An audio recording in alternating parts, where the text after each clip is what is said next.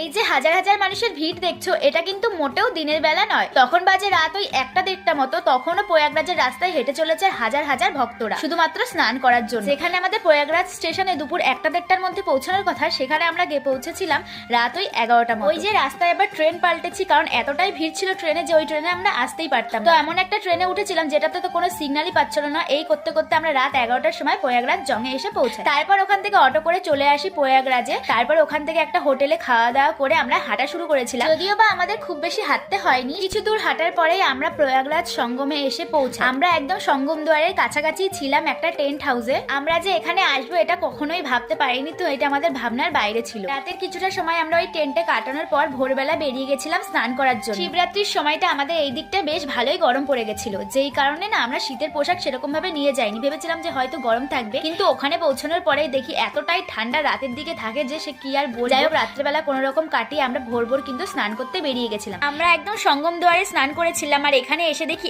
এত মানুষের ভিড়। আর সত্যি কথা বলতে এত লোক একসাথে আমি এই প্রথমবার দেখছি। এখানে আসার আগে তো আমরা অনেকটাই ভয়ে ছিলাম যে কোথায় থাকবো, কি খাবো বা কোথায় কি করবো, কারণ এত মানুষের ভিড়। খবরে তো অন্যরকম কিছু দেখাচ্ছিল, এই কারণে আমরা অনেকটাই ভয়ে ভয়ে ছিলাম। কিন্তু ওখানে পৌঁছানোর পর আমাদের ভাবনা একদম ভুল প্রমাণিত হয়েছে। ওখানে এমন এত মানুষ দেখেছি যারা ঠিক মতো হাঁটতে চলতেও পারে না, যাদের বয়স আমাদের থেকে অনেক অনেক বেশি। তো তারা যখন আসতে পেরেছে আমাদের আসতে আর কি। তোমাদেরকে তো বললাম যে আমরা একদম ভোরের দিকে স্নান করতে গেছিলাম, যেই সময় ছিল খুবই ঠান্ডা। এই ঠান্ডার মধ্যে আমরা স্নান করলাম, আর একবার স্নান করার পরে না আমাদের ঠিক অতটা একটা ঠান্ডা লাগছিল না।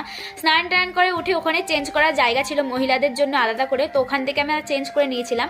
আর তারপরে মাথায় এই তিলক কেটে নিয়েছিলাম। কিন্তু এই তিলক কাটাটা আমাদের একদমই ভুল হয়েছিল, সেটা কেন তোমাদেরকে পরে দেখাচ্ছি। আমরা যেই টেন্ট হাউসে ছিলাম তার পাশেই ছিল একটা ভান্ডার খোলা, তো ওখান থেকে খাবার এনে খাওয়া দাওয়া হচ্ছিল। যদিও বা ওখানকার ওই সব রাজমা টাজমা আমি একদমই খাইনি, তো বাড়ি থেকে যে লবণ লেবু মাসিরা নিয়ে গেছিল শুধু ভাতের মধ্যে সেগুলো মেখে ওইগুলোই খাওয়া দাওয়া করছিলাম। টেন্টে ফেরার পথে দেখা হয়ে গেছিল ছোট্ট শিব পার্বতীর সাথে। আর জানো তো, স্নান করে উঠে গোমাতা দেখা অনেক শুভ। যাই হোক, স্নান করে ফিরে আমরা একটা টানা ঘুম দিয়েছিলাম, আর উঠেছি সেই বিকেল বেলা। দিদা মামা ওরা গেছিল সেই ইসকন মন্দিরে, এখনো পর্যন্ত ফেরেনি। তো আমরা তিনজন মিলে একটু হাঁটতে বেরিয়েছিলাম, আর হাঁটতে বেরিয়ে খেয়েছিলাম চা। সব সময়ই দেখছি এই রাস্তা দিয়ে হেঁটে চলেছে হাজার হাজার মানুষ, কখনোই কিন্তু ফাঁকা হচ্ছে না। রাতও হয়ে গেল, এবার চলো তাড়াতাড়ি করে টেন্টে ফিরে যাই। এখানে দিনের বেলা এতটাই গরম যে গা পুড়ে যাচ্ছিল, আর রাতের বেলা এতটাই ঠান্ডা যে কি আর বলবো, যে মনে হয় জমে যাচ্ছিল। ওই যে দূরে যে টেন্ট হাউসটা দেখছো ওখানে আমরা ছিলাম, আর আমি যে কপালে তিলকটা পরেছিলাম সেটার অবস্থা ঠিক এরকমই হয়েছিল।